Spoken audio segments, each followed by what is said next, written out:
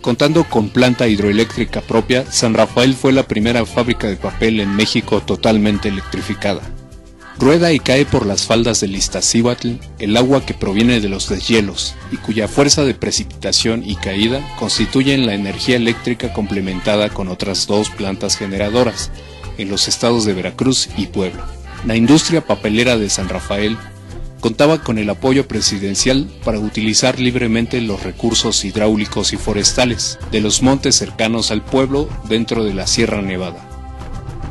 En esta época la empresa ya contaba con sus propios bosques, Santa Catalina, Apapasco, Guadalupe y Zabaleta, de donde inicia a utilizar la madera como materia prima.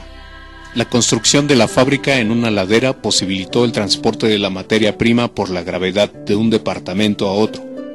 Entre los departamentos anexos a la fábrica podemos citar patios de leña, trozadores, molinos, pilas, refinadoras, laminadoras, bisulfito de calcio, hervidores, blanqueo, craft, ingeniería, planta receptora, departamento de fuerza, calderas, transmisiones, taller mecánico, taller eléctrico, almacén, lubricación, laboratorio, sala de curaciones, botica, etc. La nueva industria papelera tuvo que iniciar el proceso de repoblamiento para poder funcionar de manera adecuada. Para ello fue necesario construir las viviendas que habrían de ocupar los trabajadores y empleados de la empresa. También era necesario el abastecimiento de servicios básicos, así como transporte, energía eléctrica, salud, distracciones, etc. La mayor parte del capital invertido corrió a cargo de la empresa. Sin embargo, fue muy importante en todo momento la participación de los trabajadores. En el periodo de inicio de la papelera se generalizó un descuento equivalente al 4% del salario semanal por cada trabajador durante aproximadamente 30 años, entre 1892 y 1922, con la finalidad de cubrir parte del costo empleado en las primeras construcciones, pues no existía el Infonavit. Las viviendas más antiguas se distribuyen en los alrededores de la Capilla del Cedral, donde se encuentra la Casa Grande, conformada en 3 niveles y 15 habitaciones. Es el edificio más antiguo que albergaba a los dueños y administradores de la empresa, tanto de la fábrica como de la ferrería, así como a los invitados importantes. Se dice que albergó a la hija de don Benito Juárez, María de Jesús, quien fue la esposa de don José Sánchez Ramos. Después pasó a ser carpintería, después fue remolida y en la actualidad solo quedan recuerdos. También existían 65 casas más, destinadas a los entonces trabajadores, localizadas en lo que hoy se conoce como Barrio Alto, cerca del espacio que ocupó la ferrería. 1893, Escuela Benito Juárez para varones. Comenzó a impartir clases en las instalaciones en lo que antes era la ferrería. Por la noche esta escuela daba sus servicios educativos a los obreros de la compañía, y la escuela primaria Josefa Ortiz de Domínguez para niñas, en las casas frente al chorro del agua. La educación básica impartida era hasta 4º año. Al inicio del siglo, entre 1900 y 1903, se construyó un conjunto de viviendas denominado Los Cuartos, con el objetivo de dar hospedaje al creciente número de trabajadores. En esta época se construyeron los baños públicos cercanos a estas viviendas, que ofrecían servicio a todos los habitantes y operaban con petróleo. Por sus características, este conjunto habitacional fue lugar de alta concentración de población. El primer edificio de uso común fue el Casino Cosmopolita, ubicado frente a la factoría, que fue construido en 1904 y que albergaba a los empleados solteros, ingenieros y químicos, por lo general extranjeros. Disponía de un comedor, sala de juegos, biblioteca, una mesa de billar, etc. Junto a este se edificaron también 10 viviendas tipo chalet, mismas que fueron destinadas al personal de confianza. Probablemente para eliminar a un competidor potencial, alrededor de 1904 y 1905, la Compañía de las Fábricas de Papel San Rafael adquirió en propiedad la instalación de El Progreso Industrial. Conforme pasaba el tiempo, las personas se iban integrando más, y así fue como en 1905 se creó por parte de los obreros una banda de música, La Típica. La industria más importante en la región fue la Fábrica de Papel San Rafael. Quien conseguía empleo en cualquiera de sus departamentos era afortunado, pues el salario podía ser hasta 32 centavos diarios. De esta manera el pequeño pueblo de San Rafael fue creciendo poco a poco y se empezó a volver famoso en la región. Ya en la época de la Revolución, en el año de 1911, el general Lechuga y Beltrán, junto con el coronel Trinidad Tenorio, originario de Amecameca y pertenecientes a las fuerzas zapatistas, avanzaron hasta el pueblo de San Rafael, apoderándose de la fábrica y tomando el casino como cuartel. Estos acontecimientos originaron que se suspendieran las operaciones de la planta y el desarrollo de crecimiento de la población, y como consecuencia la inmigración de los habitantes.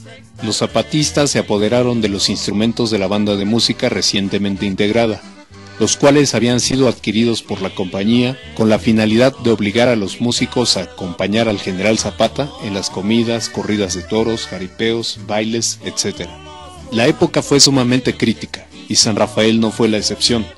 La gente se alimentaba con plantas silvestres, nopales, café de bellotas, y no contaban siquiera con lo más indispensable, como sal y azúcar. El general Zapata visitó la planta, le fue ofrecida una comida, a pesar de la situación. Estando reunidos en la gerencia, y tal vez debido a la gran cantidad de personas ahí agrupada, el piso se hundió, siendo de alarma la reacción de Zapata, que pensó que era un complot para matarlo, queriendo colgar por ello al administrador de la planta. Fue entonces que el ingeniero don José de la Macorra, uno de los primeros gerentes de esta empresa, pidió la intervención de las fuerzas federales para proteger las instalaciones de la planta, el pueblo y sus habitantes. En aquel entonces se contaba con un faro que en las noches se encendía para dar una mayor seguridad y poder repeler cualquier ataque enemigo. También cubrió la función de guía para alumbrar el paso de los trabajadores que venían de otras localidades. Los obreros solían ir a trabajar vestidos a la manera de Zapata, o sea, con calzoncillos de manta amarrados en los tobillos, un ceñidor, su camisa, su sombrero grande de paja y sus bigotes al estilo Zapata. Después de rescatar la capilla, pues esta estaba funcionando como escuela de 1898 a 1910, los habitantes de San Rafael en 1912 mandaron hacer la imagen actual del Arcángel San Rafael, y desde entonces se venera la imagen cada año el 24 de octubre. No fue sino hasta 1919 que los trabajadores de San Rafael repararon todo lo que se encontraba en malas condiciones, y un año más tarde se empezó nuevamente a elaborar el producto básico, el papel. Cabe mencionar que para ese entonces San Rafael ya contaba aproximadamente con 1000 trabajadores, entre empleados y obreros. Por otro lado, como consecuencia de la lucha revolucionaria, los pueblos del municipio pidieron tierras para la formación de sus ejidos. Para promover el desarrollo de las comunidades rurales, como consecuencia, la empresa de San Rafael encontró fuertes restricciones a las concesiones que había obtenido durante el régimen porfirista, por lo que todas sus negociaciones tuvieron que dirigirse a la Comisión Nacional Agraria, institución encargada de los asuntos ejidales. En 1917, para organizar las actividades comerciales, se construyó un mercado, cercano a los cuartos en donde hoy se encuentra el salón de diversiones. El mercado pasó a constituirse como centro de abasto para toda la población, donde se podía obtener los productos de primera necesidad, así como artículos de uso diverso. En 1918, el mercado no fue suficiente para organizar las actividades comerciales, por lo que se puso en pie la tienda grande, que contaba con 22 locales comerciales, además de su tienda principal, amasijo de pan y molino de nixtamal. La segunda planta de la tienda grande se acondicionó para contar con un centro recreativo y cultural, dedicado de manera exclusiva a los trabajadores. Este fue llamado Casino Obrero. En él se practicaban juegos de salón, contaba con sala de billar, biblioteca, donde era posible consultar el periódico de cada día. En la parte posterior de la misma planta se encontraba el Cine San Rafael, que comenzó a funcionar en 1929, con capacidad para 500 personas, y posteriormente se construyó una tercera planta para ser utilizada como salón de fiestas. Corría el año de 1922. Un grupo de trabajadores con ideales de libertad y ansias de mejoramiento social para todo el conglomerado que laboraba en esta factoría, a quienes no había llegado aún los beneficios alcanzados por la revolución, pues la jornada de trabajo seguía siendo de 12 horas, a pesar de que el artículo 123 de la Constitución de 1917 consagraba para el trabajador la jornada máxima de 8 horas. Resolvió reunirse en un lugar a fin de cambiar impresiones e hicieron ver la necesidad apremiante que existía de organizar a los trabajadores en un sindicato de resistencia, que por su unidad y fuerza hicieran realidad los derechos que por sangre y sacrificio se consagraron para el trabajador en la constitución política del país. Como en aquel entonces era un delito hablar en público del sindicalismo, hubo la necesidad de buscar algún lugar que diera seguridades que el caso requería, para no ver fracasadas las aspiraciones de quienes iniciaban este principio de lucha, que había de regularizar las frecuentes dificultades que se suscitaban entre trabajadores y patrón. No teniendo dentro de la población un lugar apropiado, hubo que recurrir a la espesura de la montaña, y como la naturaleza era tan magnánima, brindó un albergue denominado Cueva de la Cañada. Se establecieron con regularidad, y cada día con más contingente, las reuniones que culminaron con la formación del Sindicato de Obreros Progresistas de la Fábrica de Papel San Rafael, Estado de México, el día 19 de marzo de 1922. Se procedió a formar el comité, que quedó integrado en la siguiente forma: como delegado general, Pedro Ramírez; secretario general, Jesús Flores; secretario del Interior, Esteban Díaz; secretario del Exterior, Jacinto Flores; secretario tesorero, Cruz Murguía; secretario de Acuerdos, Rodolfo Sigüenza. Electa ya la representación de los trabajadores, el comité ejecutivo, para asegurar la posición legal de la organización, solicitó de la empresa su reconocimiento, obteniendo como contestación la separación del compañero Pedro Ramírez, organizador del movimiento. Esta actitud de la empresa precipitó los acontecimientos a grado tal que obligó a los trabajadores a declarar el primer movimiento de huelga, dando así una demostración de ejemplar compañerismo y de estar decididos a hacer respetar sus derechos. Como resultado de este primer esfuerzo se obtuvo el reconocimiento de la organización de parte de la empresa y la aceptación de la implementación de 8 horas de trabajo, con el mismo salario que se disfrutaba por 12, notándose de inmediato el cambio operado en el trato que se venía dando a los trabajadores, pues las dificultades que surgían entre los dos sectores eran solucionados dentro de la razón y la justicia. Como la directiva tenía la necesidad de consultar a sus agremiados, solicitó a la empresa facilitar un local con objeto de celebrar sus asambleas, destinándose el antiguo colegio para niños y como oficinas la casa marcada con el número 91 de la calle de Matamoros.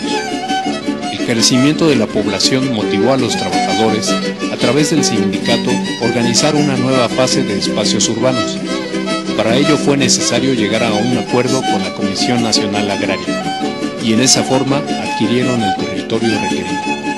Se dice también que todavía, en 1922, se les pagaba a los trabajadores de la fábrica con monedas de oro, y que la remesa para el pago la iban a recoger personas en burros hasta la estación de Zabaleta. En 1923 se conformó el Club Deportivo San Rafael, para que los trabajadores pudieran practicar actividades deportivas, y funcionaba con la ayuda simbólica que cada trabajador y miembro cubría. La empresa colaboró con la instalación y el posterior mantenimiento. El Club Deportivo contaba dentro de sus instalaciones con el frontón abierto, campos de fútbol, básquetbol, béisbol y tenis, con una sección especialmente acondicionada para tribunas, un estanque para natación con disponibilidad de agua templada, gracias al funcionamiento de una caldera. Contaba además con oficinas administrativas, vestidores y regaderas.